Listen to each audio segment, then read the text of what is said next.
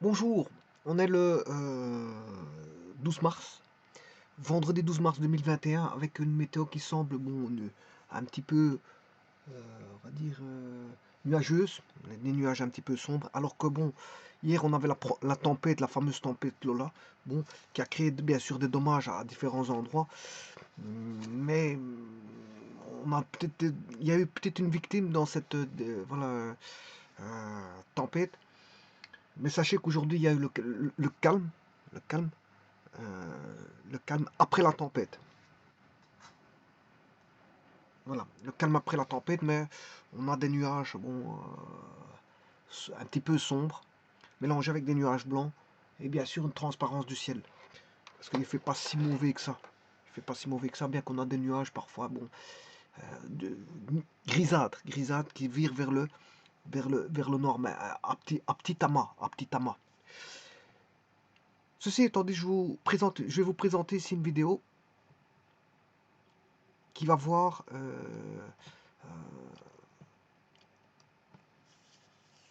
la notion de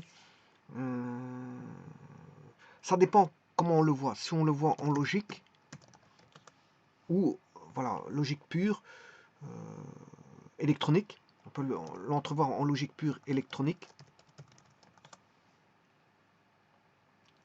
ou si vous voulez, dans la logique pure électronique va utiliser la logique booléenne. Je ne sais pas comment on écrit boule, je vais mettre un accent aigu. Je ne sais pas si on écrit ça comme ça, mais enfin bref. La logique booléenne de Boole, de Monsieur Boole, hein, c'est Monsieur Boole qui a trouvé cette logique-là, la logique booléenne, ou si vous voulez la logique mathématique.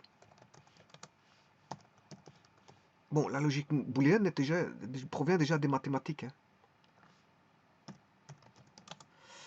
Alors, si je prends donc la logique booléenne,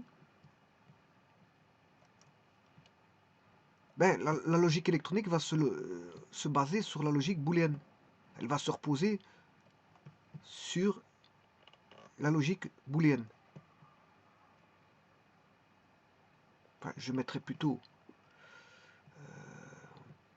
on dirait plutôt que la logique mathématique chapeaute la logique booléenne, le chapeaute, parce que c'est une mathématique quand même, hein.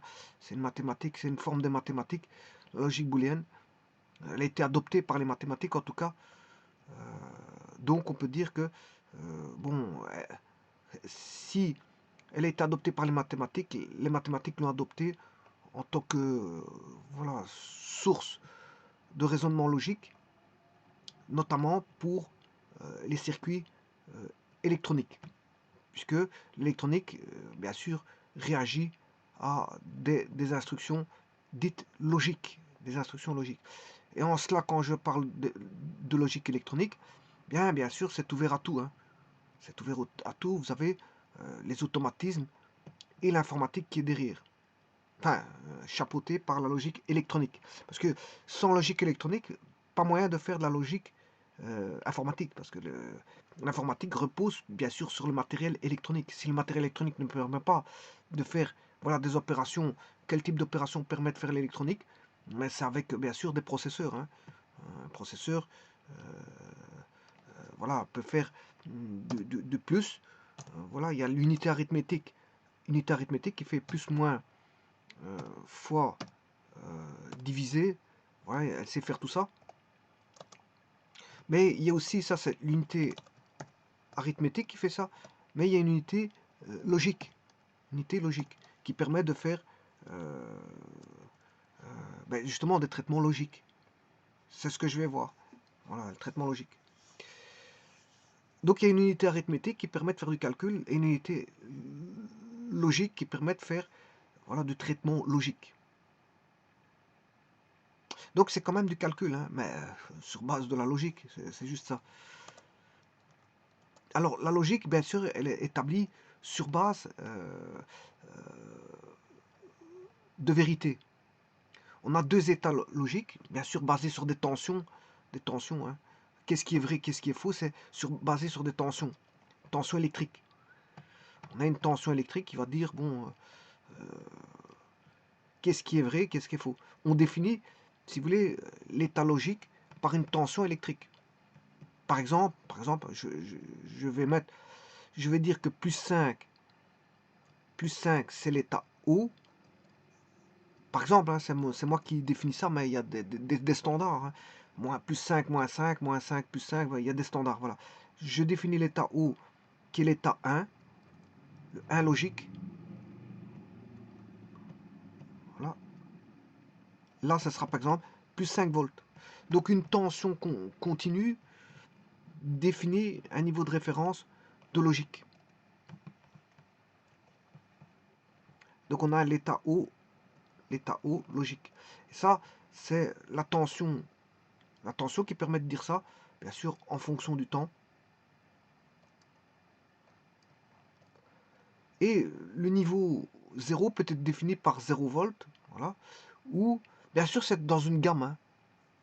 C'est dans une gamme. Bon, ici c'est pas de voir voilà, les technologies CMOS et TTL, mais voilà, ici je définis par exemple le 0 qui serait moins 5 volts. Le moins 5 volts serait le niveau 0.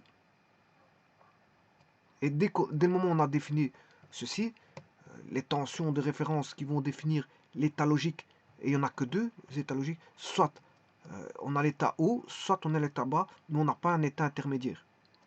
L'état intermédiaire n'existe pas. Soit il est à l'état haut, soit il est à l'état bas. Enfin, en logique ici, normale, hein, parce qu'il existe aussi des logiques floues. La logique floue, moi je ne suis pas en logique floue, je suis en logique normale. Logique normale. Bon, donc plus 5 par exemple, c'est ma référence à moi. Hein. Bon, je dois aller voir les standardisations pour avoir les bonnes tensions. Et comment définissent-ils le 1 et le 0? Bon, il y a les logiques, je vous ai dit, transistor logique, voilà, TTL et CMOS. CMOS.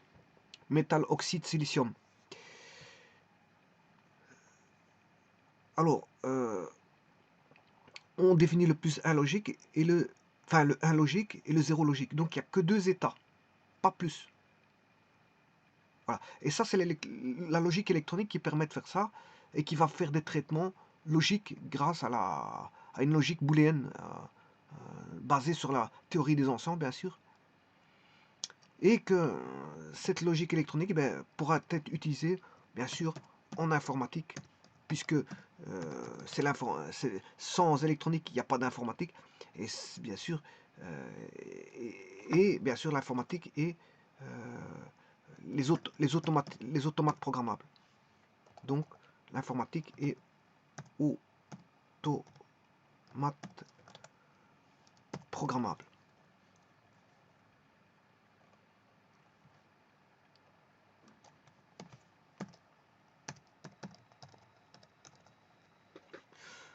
Donc, vous voyez que, mais avant ça, on définit une couche, on peut parler par couche, hein. On aurait une couche mathématique. Bien sûr, là on va dire que c'est une inversion, hein, parce que c'est la logique booléenne qui a fourni une logique, voilà, une logique à deux états en mathématiques. Une logique à deux états, vrai ou faux. Donc vrai c'est état haut, faux, état bas. En électronique. Voilà, on a une nouvelle définition de ce qui est vrai et ce qui est faux en logique électronique, mais c'est l'état haut.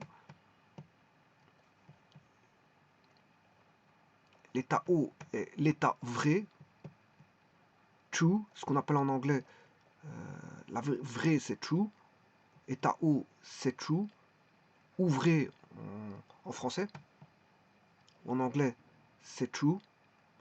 Maintenant vous allez mettre à 0, s'il est considéré par exemple comme 0, logique, peu importe la tension, j'ai pris moins 5 ici, là, la logique est considérée comme un état bas. Oui, ici je l'ai mal fait.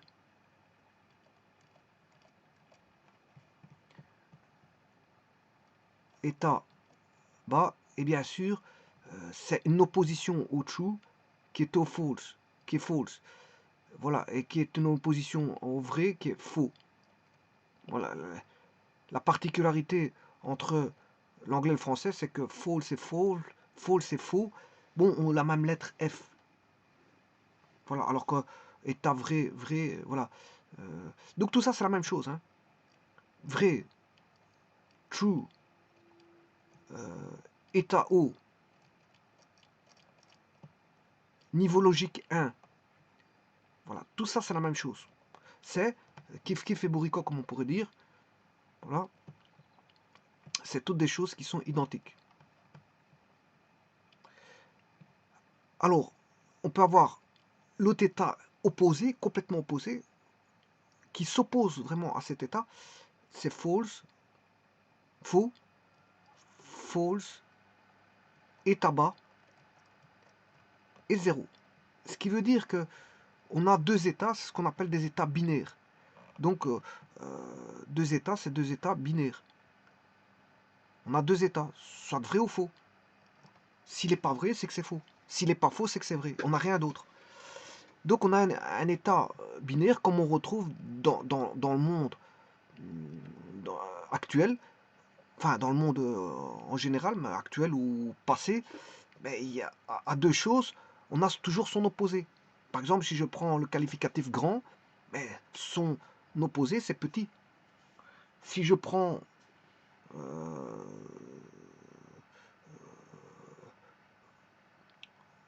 je sais pas moi, je vais prendre quelque chose.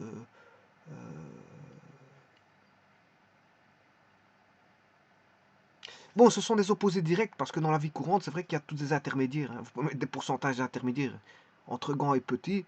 On n'a pas forcément grand et petit. On a toute une gamme entre grand et petit. Ça, vous aurez compris. Mais on pourrait faire en sorte qu'on pourrait considérer, voilà, soit deux objets et pas plus, qui ont deux tailles différentes, un grand et un petit. L'un il fait 5 cm, 5 cm, et l'autre 10. Alors si vous avez un ensemble d'objets qui fait 5, ben, ce sera le petit, le petit. Et si vous avez vous puisez dans l'ensemble des 10 cm, ce sera le grand, par rapport au petit. Voilà, là il y a deux étapes possibles. Petit et grand. Parce que c'est vrai que quand on dit grand et petit, il y a toute une gamme. Hein. Qu'est-ce que c'est grand, qu'est-ce que c'est petit. S'il y en a un qui fait 1,80 m, bon, s'il est considéré comme grand, ben, qu'est-ce qui est petit, ben, c'est tout ce qui est qui sera plus petit que 1,80 m, donc il y aura toute une panoplie de valeurs. Donc c'est vrai qu'ici, il faut considérer deux grandeurs. Bon, deux objets, un à 5, un à 10, ben, il y aura le grand et le petit. Voilà, là on est vraiment dans un état binaire. Donc pour définir un état binaire, il faut définir comme la tension, deux types de tensions, plus 5 et moins 5, et pas des tensions intermédiaires. Parce que si vous considérez des tensions intermédiaires, ben, là il y a d'autres états que le 1 et le 0. Et voilà, vous aurez différents états. Hein. Le tout ici, c'est de scinder, faire une scission, et d'avoir uniquement deux objets. Deux objets. Deux objets ici, les objets ici, quels sont-ils? Ben, c'est soit le vrai ou soit le faux. Bon. Alors maintenant, en mathématiques, on parlera plutôt qu'est-ce qui est vrai, qu'est-ce qui est faux. Ben, ça sera basé sur des propositions. C'est une proposition, voilà, qu'on appelle PQ, etc. Une proposition peut être soit vraie, soit fausse. Elle est basée sur la logique des propositions. Les mathématiques, on a la logique des propositions, justement, avec ces outils. Ces outils.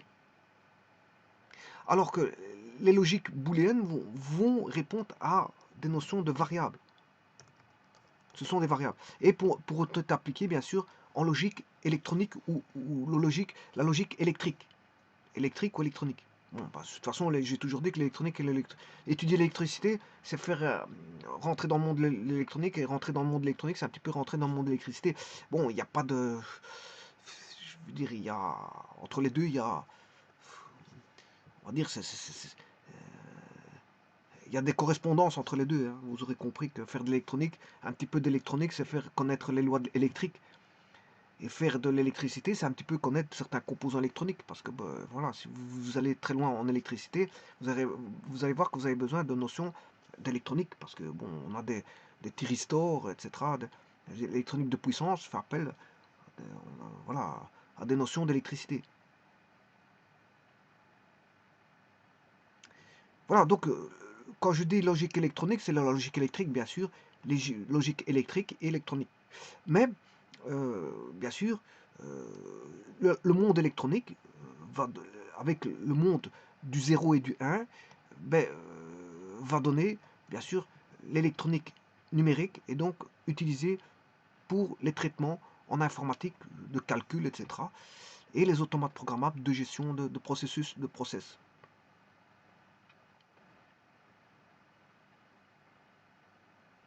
Voilà, donc la logique mathématique, ce sont des propositions. C'est-à-dire que si je fais une table de vérité,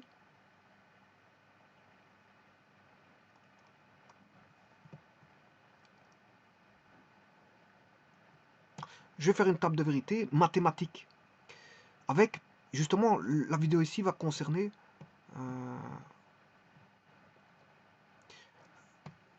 le et. Le et. Bon. Mais le et en mathématiques, tout d'abord, il y a un outil qui va pouvoir un outil, enfin un opérateur dédié au et. En mathématiques, dans les logiques de proposition, on parlera bien sûr d'un opérateur qui s'écrit comme ceci. On ne mettra pas et. On n'écrira pas et. On mettra un opérateur. Comme il existe l'opérateur plus en mathématiques, mais il existe l'opérateur et. Alors, on va mettre en, je veux dire, en opérante les propositions. Et ça, c'est l'opérateur et. Voilà, c'est l'opérateur et. Donc, on a une proposition qui peut être soit vrai ou faux. Enfin, c'est plutôt vrai ou faux vrai, peu importe, hein, c'est le même. Hein. La proposition peut être faux, vrai ou fausse. Et Q est une autre proposition qui peut être vraie ou fausse. Et en fonction de ça, on aura un résultat, bien sûr, par une équivalence. On va bien sûr traiter l'opérateur, les opérantes avec l'opérateur, pour avoir un résultat. Et justement, le but de cette vidéo, je vais le faire en quatre parties. Vous allez voir que je vais le faire avec trois outils. Trois outils. Alors maintenant, ça c'est l'outil mathématique. Maintenant, l'outil booléen, l'algèbre de Boole, va faire quoi? Il va utiliser des variables. Ce qu'on appelle des variables booléennes. Donc à ce moment-là, j'ai plus des propositions, ce qu'on appelle des propositions, mais des variables. Et l'opérateur, là, l'opérateur, il est changeant. Ce sera l'équivalent d'une multiplication logique, multiplication booléenne, qui sera un fois. Ce sera A fois B. Alors encore une fois, le A peut être vrai, faux, et le B peut être vrai ou faux. Et bien sûr, là, on mettra égal et non pas équivalent pour avoir un résultat. Ça, c'est la logique booléenne. Bon, je ne sais pas comment on écrit booléenne, je crois que c'est comme ça. Bon, si c'est pas bon, je corrigerai ou vous pouvez corriger par vous-même. Voilà, mais en tout cas, je mets un accent aigu, je ne sais pas comment on écrit ça. De toute façon, il vient de nom de boule. Hein. Alors, on a fait le mot booléen de boule, de monsieur boule. Bon, c'est comme si quelqu'un s'appelle, je ne sais pas, il s'appellerait Patrick, on dirait la logique patricienne. Bon, pourquoi pas. Pourquoi pas, on change le mot pour faire le nom, pour en faire un mot. Voilà, alors maintenant, pour l'adaptation à l'électronique, eh bien, on mettra des appareils, enfin, bien sûr, des composants électroniques. On mettra un composant électronique. Alors, il y a une standardisation pour indiquer au niveau du composant électronique à quoi on a affaire comme type de composant et quelle est sa fonction. Si sa fonction est de voilà, d'appliquer la logique booléenne à l'aide d'une porte, enfin à l'aide d'une multiplication comme ici, eh bien, on fera ce qu'on appelle, on mettra une porte, il existe des portes logiques en électronique, on mettra une porte et. Alors, la porte E se dénote comme ceci. Voilà. Bon, ça c'est... Il y a plusieurs voilà, façons de faire. Hein. Mais voilà, ça c'est un standard. Je ne sais pas quel standard fait ça, mais en tout cas c'est un standard. Il y a un standard qui fait ça. On peut travailler comme ceci, par exemple, dans les automates programmables. Par exemple, dans les automates programmables, voilà, ici, j'ai une sortie S, qui est bien sûr le résultat d'un produit booléen. A fois B. Alors maintenant, je peux aussi écrire, au niveau, ça c'est plutôt pour les automates, on mettra ça pour les automates. Voilà. Alors, si je devais mettre des ampoules électriques, une ampoule électrique, voilà. Au niveau électricité, bon, je mettrais un circuit en série.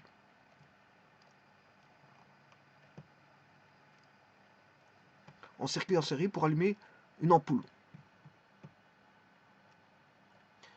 Donc ça, c'est ma lampe. Et bien sûr, j'ai un interrupteur 1 avec un interrupteur 2.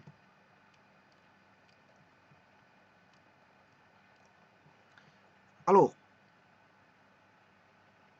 et en électronique, bien sûr, ici, il y a une tension. Hein. Je vais mettre, par exemple, là, j'ai la masse de 0 volts. Là, par exemple, je mets 20 volts, ou 40, ou 50, ou 120, ou 220. Peu importe. Je peux mettre 220, c'est pas un problème, 220 volts. Enfin, c'est vrai, si c'est de l'alternatif, bon, je ne dois pas mettre le 0. Hein. Si c'est de l'alternatif, je ne dois pas mettre le 0. Je peux mettre voilà, de 220 volts. On a une tension sinusoïdale qui va passer parfois par 0. Voilà, et avoir une tension maximum. Voilà, on aura une tension variable alternative entre les deux bornes, qui sont les bornes A et B. Alors, dans les automatismes, on peut avoir, bien sûr, ceci. Deux contacts. Voilà, en série, avec une fonction de sortie. En schéma ladder, ce qu'on appelle en schéma ladder, on aurait ça. Et bien sûr, en électronique, on aurait une porte E qui serait comme ceci. A, B, et là, j'ai la sortie. Voilà. On va dire, tout ça, c'est similaire. Hein. C'est similaire, mais ce qui différencie voilà, ce qui différencie les éléments, les écritures, c'est le contexte. C'est là où vous êtes placé. Est-ce que vous êtes placé dans l'automate programmable? Vous travaillez à l'aide d'un automate programmable et vous faites de la logique booléenne avec voilà, un automate programmable, ou vous travaillez des portes électroniques, bon, que vous achetez dans le commerce, et vous faites de la logique booléenne, ou encore vous faites de l'électricité et vous prenez des interrupteurs et des lampes, voilà. Mais de toute façon, le résultat est le même. Une porte E ou une multiplication E ou un connecteur mathématique avec deux propositions pour lequel on a le connecteur E, eh bien, tout ça concourt, je veux dire, à la même chose. Simplement, qu'est-ce qui change? Mais c'est le contexte. Les contextes ne sont pas le même. On a des contextes mathématiques, bon, on va dire sans composants, alors qu'en électronique, on aura des composants, voilà, des portes logiques, voilà, qu'on appelle des gates, hein, voilà. Si vous êtes en électricité, vous allez avoir des interrupteurs avec des ampoules. Voilà. Si vous êtes en schéma ladder, vous aurez un automate qu'il faudra acheter. Avant de faire le ladder, il faudra un PC et peut-être un PC et un automate. Et programmer à partir du PC pour envoyer vers l'automate les instructions que vous avez programmées.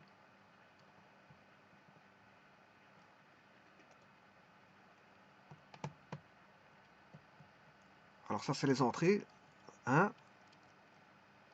Ça dépend de la normalisation aussi de l'automate. Hein. 2. Voilà. Et là, j'ai une sortie S. Eh bien, tout ça, c'est la même chose. C'est la même chose, mais dans des domaines différents, donc dans des contextes différents. C'est des contextes différents.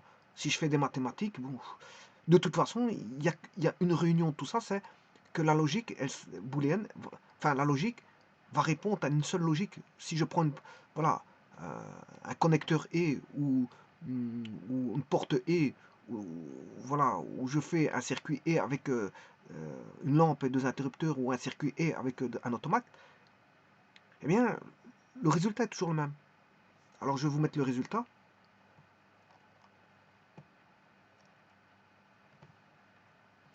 Le résultat, si je suis en mathématiques, ben je ferai une table de vérité, bon, qui est toujours la même. Hein, bon, vous avez deux variables, ce qui veut dire qu'on a deux exposants, deux variables. C'est toujours deux, parce que c'est un état binaire, ce soit 0 ou 1. On a toujours, voilà, 0 ou 1, on a deux états possibles. Mais comme on a deux variables, c'est deux exposants en 2, ce qui on a quatre états possibles. Et si j'ai trois variables, c'est deux exposants en 3. Si j'ai quatre variables, c'est deux exposants en 4. Parce que c'est voilà, c'est du binaire, ce soit vrai ou faux. Donc dans les propositions, j'aurai vrai, vrai. Il faudra toujours mettre la carte comme ceci. C'est une carte, on fait une carte comme ceci. Vrai, faux, pour deux variables. Pour deux variables. Parce que si vous mettez pour trois variables, P, Q, R, bien sûr, avec voilà, le résultat en mathématiques, on écrira comment le tableau. Et bien sûr, là, on écrira P, la proposition P et Q. Voilà. Alors, P, si vous avez PQR, vous aurez 1, 2, 3, 4. Voilà, vous divisez par 2, 4 vrais et 4 faux. Alors que le premier, vous divisez par... Il faut toujours diviser par 2. Voilà, vous aurez 2 vrais et 2 faux. Puis vous divisez encore par 2 ici. Vous aurez vrai, faux, vrai, faux. Là, je divise encore par 2, j'aurai vrai, vrai, faux, faux. Voilà. Vrai, vrai, vrai, faux, faux. Et puis vous divisez encore par 2, vrai, faux, vrai, faux, vrai, faux, vrai, faux. C'est toujours comme ça. Alors là, on évaluera en mathématiques le P et Q et R. Alors, le et, c'est le plus facile. Comment évaluer le et? Ben, si je regarde, je vais chercher le circuit électrique. Voilà, je vais chercher le circuit électrique. Pour qu'il y ait un courant qui puisse passer dans le circuit électrique, il faut absolument que les deux lampes soient fermées. Et à ce moment-là, si les deux lampes, enfin les deux interrupteurs soient fermés, pour que la lampe s'allume. Parce que s'il y a un interrupteur qui est ouvert, ben, le courant ne passe pas. Parce qu'il y en a le courant, les électrons ne savent pas passer s'il y a quelque chose d'ouvert. Hein. Il faut que le circuit soit fermé. Et pour que le circuit soit fermé, il faut que les deux contacts soient fermés. J'aurais pu mettre trois contacts. Si j'avais trois contacts, les trois contacts doivent être fermés. S'il y a quatre contacts, les quatre contacts doivent être fermés. Dès le moment où il y en a un qui est ouvert, le courant ne passe pas, donc la lampe ne s'allume pas. Donc la lampe sera à faux. La lampe sera à faux dès le moment où il y a au moins un contact ouvert. Et la lampe sera allumée si tous les contacts sont fermés. Tous les contacts sont fermés. Ce qui veut dire que...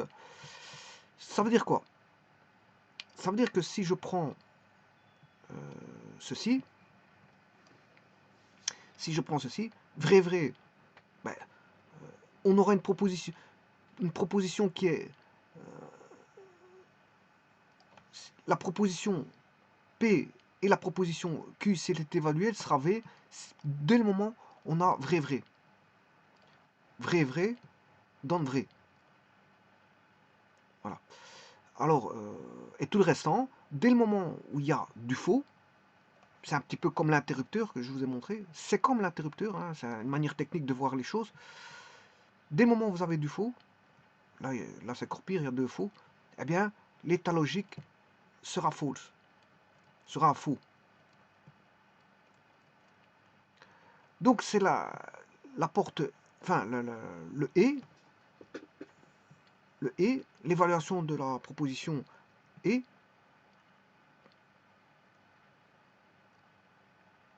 est la plus facile.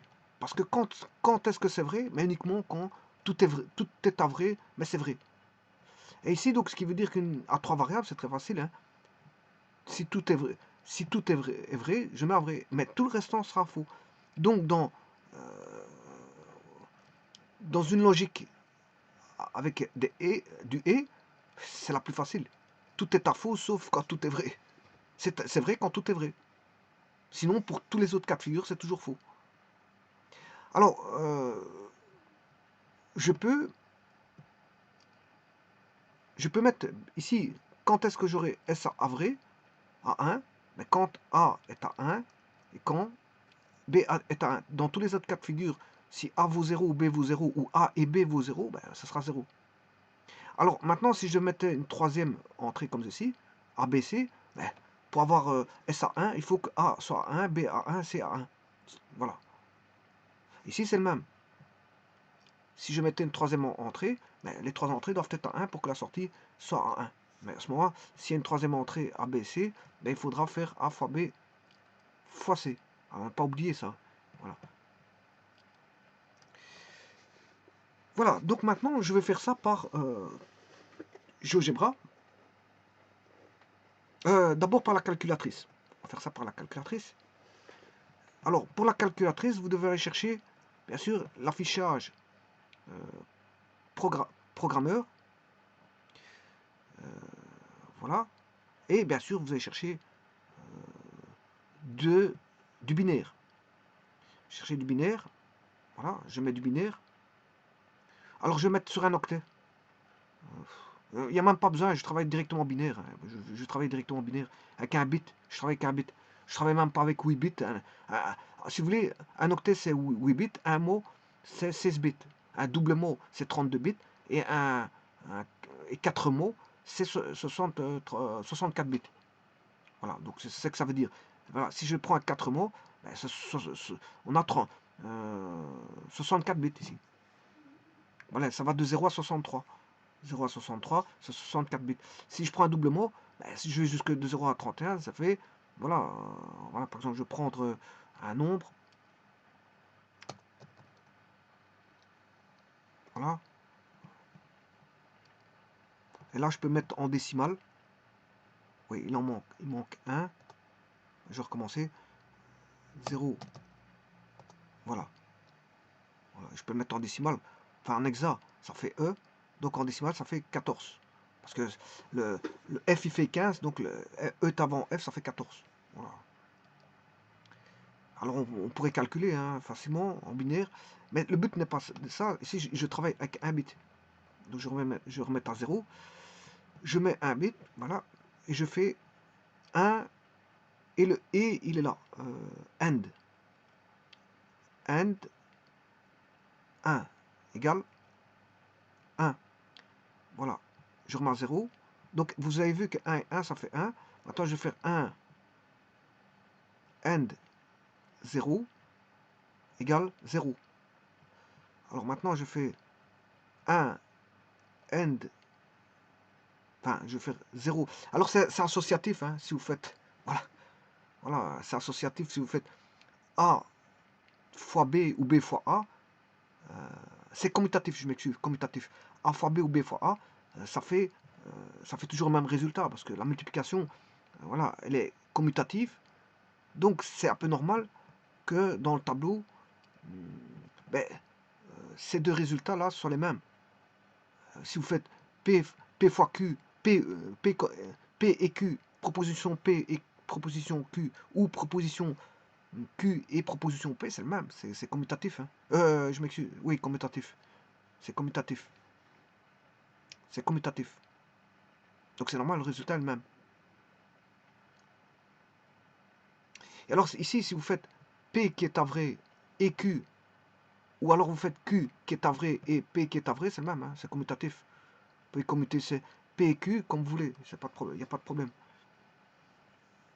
Alors en logique, on n'aura pas une carte comme ceci, bien sûr vous aurez une variable A, une variable B, bien sûr on aura la fonction qui est bien sûr A fois B. En logique booléenne, on aura ça. Et alors, à la place d'avoir vrai et faux, on aura 0, 0, 1, 1. 0, 1, 0, 1. Et on aura... ouais, ici, je l'ai fait à l'envers, ici. La carte ici, je l'ai fait à l'envers. Parce que, en logique booléenne, je l'ai fait à l'envers par rapport à la logique booléenne. On commence toujours par, non pas par vrai, vrai, mais par faux, faux. Voilà. Heureusement que je l'ai vu, je l'ai fait à l'envers. Donc, 0, 0, ça fait 0. 0, 1, ça fait 0. 0, 0, 1, 0, ça fait 0. Et 1, 1, ça fait 1. Et c'est ce que je suis en train de faire. Par la calculette. 0 and 0 égale 0. 1 and 0, ça fait 0. 0 and 1, ça fait 0. Et maintenant, 1 and 1, ça fait 1. Voilà. Il n'y a pas besoin de faire le égal apparemment, parce que si je fais 1 and 0, ça fait 0. 0 and 1. Ah si, là je dois faire le égal. Oui, il faut faire l'égal, je m'excuse. Il faut faire l'égal, il faut toujours exécuter. Je m'excuse. Il faut toujours faire l'égal, parce que bon, il me semblait qu'il avait... Enfin, il faut toujours faire l'égal. Bon, ça c'est avec la machine calculatrice, voilà, de Windows. Maintenant, je vais le faire à l'aide de GeoGebra. Alors, à l'aide de GeoGebra, vous venez sur GeoGebra. Alors, GeoGebra, il y a plus un clavier. Bon, vous voyez ici, le clavier ici, c'est un type de clavier. Là, c'est du numérique. Là, c'est de lettres grecques. Et là, bon, on a des fonctions prédéfinies avec des intégrales, etc., etc. Bon, alors vous devez aller dans ce clavier-là et aller cliquer. Dans le fond, il y a cross et, etc. Vous avez voilà, des symboles spéciaux. Alors ici, vous mettez par exemple A égale true. Voilà, et là, je viens de définir une variable booléenne. Bon, il m'en faut une seconde. B égale par exemple true. Voilà la seconde variable booléenne. Et maintenant, je vais faire les opérations. Bien sûr, je vais mettre ici à 0. Il est à false, false, false. Alors, je vais faire les opérations. A et B. Bon, il est à false. Alors maintenant, voilà. Je vais changer. Si je mets A1 ici, il est toujours à false. Voilà.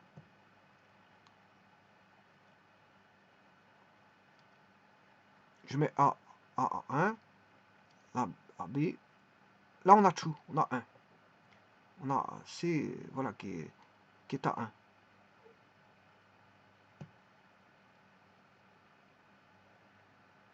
Voilà.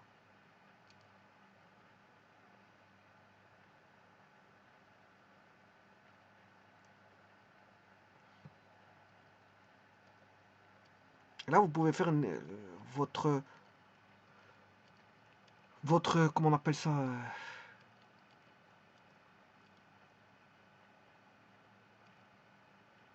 Alors maintenant, qu'est-ce que je peux faire Je vais mettre un cercle. Alors,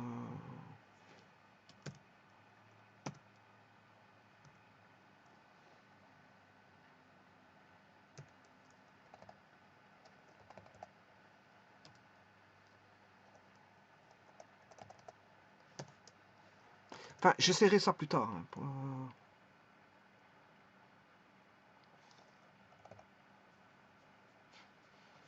Hein, bon, je peux essayer ça si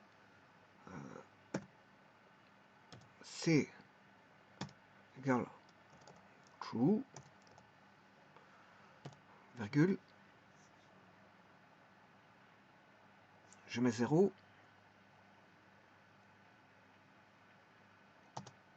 Sinon, je mets 1.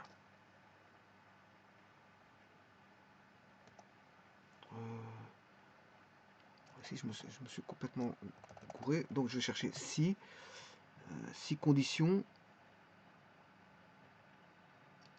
Alors, si C égale true, alors je mets 0, sinon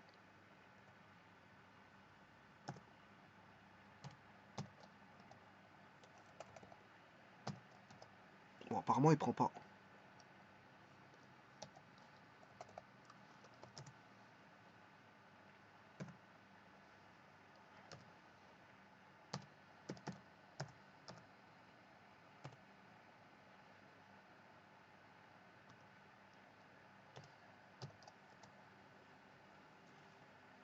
Oui, illégal. Bon, il est. Si je mettais 0, bon, c'est illégal. Bon, je peux pas marquer ça dans la syntaxe. Enfin, bref, je pourrais voir comment ce que je pourrais faire. Voilà, c'est déjà bien ce qu'il donne ici. Hein. Bon, on pourrait faire beaucoup de choses avec ça. Voilà. Maintenant, je vais aller dans Scilab. Voilà. Alors, je vais tenter de faire ça avec Scilab. Ben, 0. Alors, dans Scilab, c'est et 0 et 0, ça fait, c'est false. 0 et 1, c'est false. 1 et 0,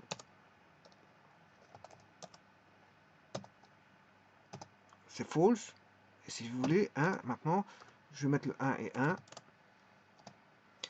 C'est true. C'est true. Voilà. Alors maintenant, j'aurais pu faire autrement. Bon, je pourrais faire %f, c'est false. Ça veut dire que c'est false. Et %true, c'est false. %true et %f, c'est false. Mais je vais directement mettre le true, hein, parce qu'on sait bien que false, ça va donner false. %false, mais je vais quand même le faire. %f, voilà. Ouais, j'aurais dû les coller. Je vais recommencer. Voilà, false. Et maintenant, le dernier, %true. Et %true, me donne true.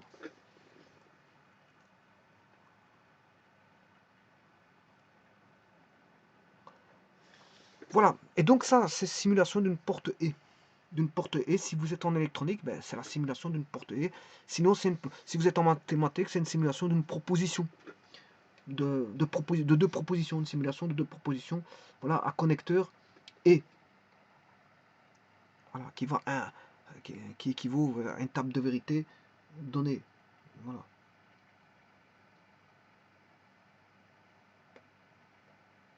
Alors, ce connecteur, bien sûr, en mathématiques, s'appelle le connecteur de conjonction. Le et, c'est le connecteur de conjonction.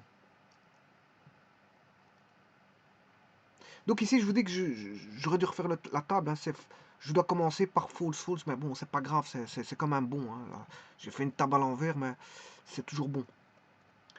Voilà. Donc c'est le connecteur de conjonction.